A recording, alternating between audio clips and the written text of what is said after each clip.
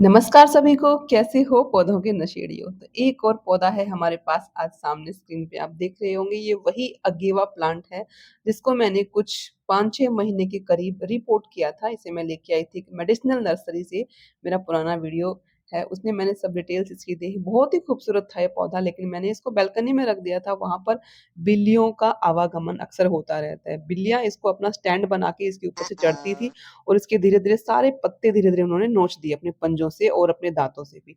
और ये फाइनली खराब हो गया लगभग पूरा, और मुझे अब लग रहा है कुछ इंटरनल प्रॉब्लम भी है इसमें। बड़ी मशक्कत के साथ मैंने इसको बाहर निकाला और समझ में धीरे-धीरे सब कुछ मुझे आ रहा था। इसकी मिट्टी बहुत ज़्यादा हार्ड हो गई थी और जकड़ लिया था इसने पूरी तरह से पौधे की जड़ों को। मैं बता दूँ आपको, मैं इसको बरसात के मौसम में लाई थी और उसी टाइम पे रिपोर्ट किया था। उस टाइम पे मैंने इसकी मिट्टी को निकाला नहीं था, बहुत अच्छी इसमें रूटनिंग हो रखी थी और यूँ का यूँ मैंने इसको प्लांट में शिफ्ट कर दिया था। मैंने जो गार्डन से जो मैं मिट्टी लाई थी, वो मिट्टी मैंने चेंज नहीं की थी और मैंने इसको रिपोर्ट कर दिया था यूँ का यूँ। लेकिन तब ये धीरे-धीरे, धीरे-धीरे बारिश पड़ने की वज़ह से मिट्टी इसकी पूरी सख्त हो गई, पत्थर के जैसे सख्त हो गई थी। और ये देखिए कैसी मिट्टी है इसकी, इसके अंदर चिकनी मिट्टी अधिक मात्रा में है और कंकर वग़ैरह है। तो आज इसकी सॉइल भी चेंज करनी है, सॉइल हल्की करनी है और इसको एक पुनर्जीवन देना है। अगर मैं इसको नहीं सँभालती तो धीरे-धीरे ये एक्चुअली मर रहा था और ये मर ही चुका था। अपनी जड़ों को देखा जाए तो इनके जड़ देखिए, इसकी एक भी जड़ इसकी हरी नहीं है, ग्रीन नहीं है, सारी जड़ें सूख चुकी हैं, जल चुकी हैं। फिर भी ये पौधा ऊपर से सर्वाइव कर रहा था। देखो इसके पत्ते फिर भी अभी अ, हरे हैं, मतलब चला रहे हैं अपना काम कैसे भी करके, लेकिन पता नहीं कैसे, मुझे भी समझ में नहीं आ रहा क्योंकि एक भी जड़ इसकी जो है वो ग्रीन नहीं थी।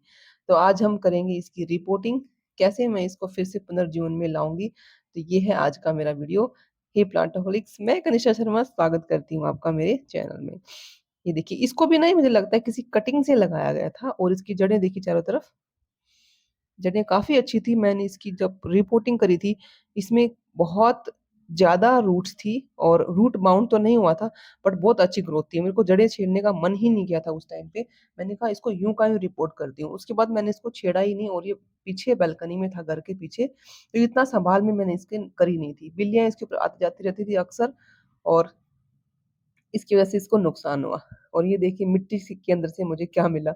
ये एक्चुअली एक्चुअली वहाँ पे हमारी वॉशिंग मशीन रखी रहती है और एक बार मैंने 10 के नोट को ऐसे खराब कर दिया था। अक्सर आप लोग भी करते होंगे, कपड़ों में धो देते होंगे। मैंने उसको मिट्टी में गाड़ दिया ये सोच के कि इसके ऊपर ₹10 का पेड़ उगेगा, है ना? आप भी करते हो क्या ऐसा कभी बेवकूफ़ी भरा काम? तो इस तरह से मैं उस मिट्टी को, इसी मिट्टी को भी यूज़ करूँगी मैं, इसको पूरा मैं फोड़ दूँगी, फोड़-फोड़ के मैंने कचूमर बना दिया इस मिट्टी का, ताकि मैं इसी मिट्टी का दोबारा से इस्तेमाल कर सकूँ। इसको थोड़ा-सा और पोरस मैं बना लूँगी। जब किसी प्लांट की रूट्स इस तरीके से एकदम खत्म हो जाएँ जल के, तो पॉसिबिलिटी है नहीं कि उसी एरिया से रूट्स फिर दोबारा निकलेंगी। तो उसके लिए मुझे क्या करना होगा, जितने भी ये पत्ते थे, इन सब पत्तों को मैं हटा दूँगी, तो यहाँ से एक सुंदर-सा हेल्दी सा स्टेम एक निकलेगा, जिसके अंदर से रूट्स इसमें दोबारा से आ जाएँगी। तो ये जितने भी पत्ते छोटे-छोटे थे, हालाँकि जिनको मैं काट चुकी थी पहले से, अब उनको मैं बिल्कुल, बिल्कुल, बिल्कुल निकाल रही हूँ और खाली ताकि हेल्दी नीचे स्टेम बच जाए एक और इसके अंदर फिर से नई ग्रोथ आ जाए। अब हम अपनी मिट्टी में कुछ ऐसे घटक मिलाएँगे जो इसको पोरस बनाएँगे। तो ये मिट्टी लगभग पूरी चिकनी ही मिट्टी है और इसके अंदर मैं मिला रही हूँ थोड़ी-सी सैंड, थोड़ी-सी रेत है ये, उसके अंदर थोड़े-से कुछ ऐसे ईंट का चूरा वगैरह, कुछ पोरस मीडिया इसके अंदर ऑलरेडी है और ये मिला रही हूँ मैं गोबर की खाद है ये, फुली कंपोस्टेड है, फुली डिकम्पोज़्ड है और ये दोनों चीज़ें मैं इसके अंदर ऐड कर रही हूँ ताकि पौधे को न्यूट्रिशन भी मिले और इसका मीडिया भी जो है वो सॉफ्ट बने। फालतू की जो एक्स्ट्रा जली हुई जड़ें हैं उनको मैं काट रही हूँ, क्योंकि अब ये जड़ें वापस आने वाली भी नहीं हैं और इनको मैंने पूरा ट्रिम कर दिया है। ये देखिए, इसके बेस से अब रूट्स निकलेंगी और उनका ही हमें इंतज़ार है। लेकिन अब ज़रूरी काम है, एक हमें इम्पोर्टेंट करना, जब भी हम कभी ऐसे कटिंग लगाते हैं, तो अक्सर उसपे फंगस अटैक हो ही जाता है। तो उसके लिए हमेशा ये वाला काम करना चाहिए, जभी भी हम किसी भी प्लांट की रिपोर्टिंग करते हैं तो। ये साफ फंगिसाइड है और कोई भी फंगिसाइड आप ले सकते हैं। पानी में मैंने डिज़ोल्व कर दिया, पानी में इसको मैंने अभी डिप करके रखूँगी जब तक कि मैं सोइल मीडिया प्रिपेयर करूँ। थोड़ा-सा लिए साफ फंगिसाइड मैंने अपने सोइल मीडिया में भी मिला दिया है और अच्छे से सब चीज़ों को मैं मिला रही हूँ। देखिए, साफ फंगिसाइड होता है ना, ये बड़ा ही खतरनाक, बहुत ज़हरीला होता है। थोड़ा बहुत देखो, मैं कितनी दूर से कर रही हूँ और फ़ैन भी नहीं चल रहा था, फिर भी ये थोड़ा बहुत उड़ के गले में चला ही जाता है और पूरा दिन मेरा मुँह कड़वा रहा था, बहुत बहुत मुँह कड़वा रहा, ब्रश करने के बाद भी, नहाने कुल्ला करने के बाद भी, खाना खाने के बाद भी इवन। मुँह कड़वा रहता है, पता नहीं इसमें ऐसा क्या होता है। वो मैंने जी कपड़ा इसलिए बिछाया है क्योंकि जो ये पॉट है इसके अंदर जो होल हैं वो बहुत चौड़े हो गए हैं, बहुत मोटे-मोटे हो गए हैं और इसमें से मिट्टी जो है वो निकल जाती है यूँ की यूँ। अगर ऐसा हो गया है आपने ड्रेनेज होल बहुत चौड़े कर दिए हैं, तो इस तरह का क कपड़ा ज़रूर आपको बिछाना चाहिए ताकि मिट्टी उसकी अ, कटे नहीं और निकले नहीं बाहर। ये देखिए मेरा मीडिया फिर से बन के तैयार हो गया है। अब की बार जो सोयल मीडिया है मैंने पोरस बनाया है इस बार और ये काफ़ी लंबा चलेगा, देखते हैं। तो यहाँ पर मैं आपको एक बात बता दूँ कि अगेव प्लांट जो होता है उसकी बहुत सारी वैराइटीज़ होती हैं और ये वाला अगेव प्लांट है, इसमें काँटे नहीं होते, इसमें थॉर्न्स नहीं होते और ये गार्डन वगैरह में एक वन पीस ही ऐसा लगता है जैसे कि आपको मतलब गार्डन में लगाने की कोई ज़रूरत ही नहीं है। लेकिन इसकी ग्रोथ बहुत मैसिव होती है। इसको मैंने मेरे मेरे घर का सबसे बड़े से बड़ा पॉट दिया हुआ है इसीलिए और ये बहुत ज़्यादा ग्रोथ करता है। इसके पत्ते की लंबाई जो होती है कई-कई फीट तक होती है। तो ये अगर आपको लगाना है तो किसी ऐसे एरिया में लगाओ जो आपको जो काफ़ी खुला एरिया हो। मैंने बालकनी में रख के गलती कर दी थी कि पत्ते जो थे वो अच्छी तरह से बढ़ नहीं पा रहे थे और वो फँस गए थे बीच में। तो अभी मैं इसको टेरेस पे ही रखूँगी, खुले में रखूँगी। तो इस तरीके से मैंने मिट्टी इसके अंदर भर दी है। तो अगेव प्लांट की ये वैरायटी अगर आप चाहते हैं अपने घर में लाना अगर और मेरी तरह अगर आपको भी पसंद है बिना काँटों वाले पौधे तो ये वाला अगेव प्लांट आप ट्राई कर सकते हैं। काफ़ी हार्डी प्लांट है। देखिए इसकी जड़ पूरी जल चुकी है फिर भी ये सर्वाइव कर रहा है और ये फिर से ज़िंदा हो जाएगा देखना जड़ें इसकी फिर से आ जाएँगी। पूरा ट्रीटमेंट हमने इसका कर दिया।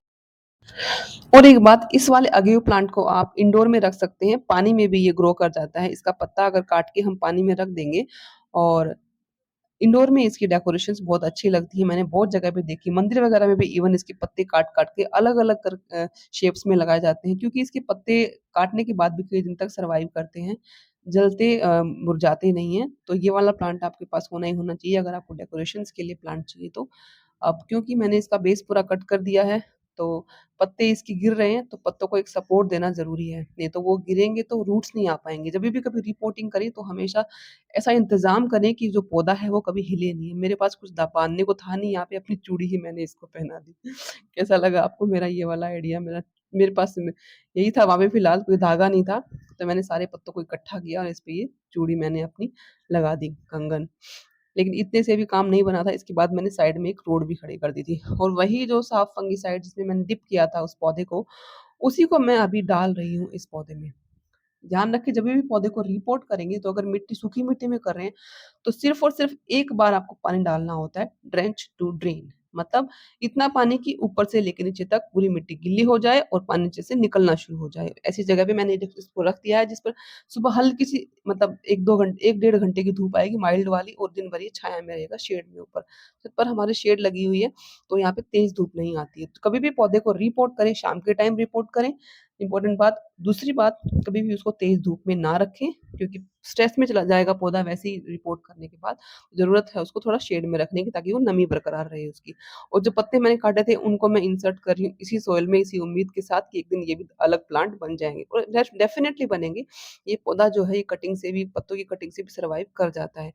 तो इस तरीके से मैंने ये सारे के सारे कटे हुए पत्तों को भी लगा दिया है। अब मैं और इसके फिर चारों तरफ रख रही हूँ छोटे-छोटे ये पत्थर हैं कच्ची मिट्टी के सारे, रखे हुए भी अच्छे लगेंगे और दूसरा काम इनका ये होता है, मैं हमेशा ये करती हूँ इस लगभग हर पौधे के साथ मैं करती हूँ, जब भी रिपोर्टिंग करती हूँ, पौधे के चारों तरफ आपको ऐसे पत्थर लगा देने चाहिए, जिससे क्या होगा वही इसका वही फंक्शन है कि पौधे की जो कटिंग है, जो हमारा पौधा है, वो उसको हिलने नहीं देगा और वो एकदम अ, बिल्कुल स्थिर रहेगा पौधा तो जड़ें बहुत जल्दी उसके अंदर से निकलेंगी। तो ये भी इसमें इसकी हेल्प करेगा और लगाए हुए भी सुंदर लगते हैं पत्थर ऐसे चारों तरफ। तो मैंने पत्थर भी चारों तरफ लगा दिए हैं, पूरा इंतज़ाम मैंने कर दिया है, बाकी भगवान जाने देखो अभी इसमें अगर नई ग्रोथ आती है और अपडेट वीडियो इसका मैं आपको ज़रूर दिखाऊँगी। तो उसके लिए आप चैनल को सब्सक्राइब कर लीजिए अगर पहली बार चैनल पे आए हैं तो आप। अगर आपको वीडियो पसंद आया है तो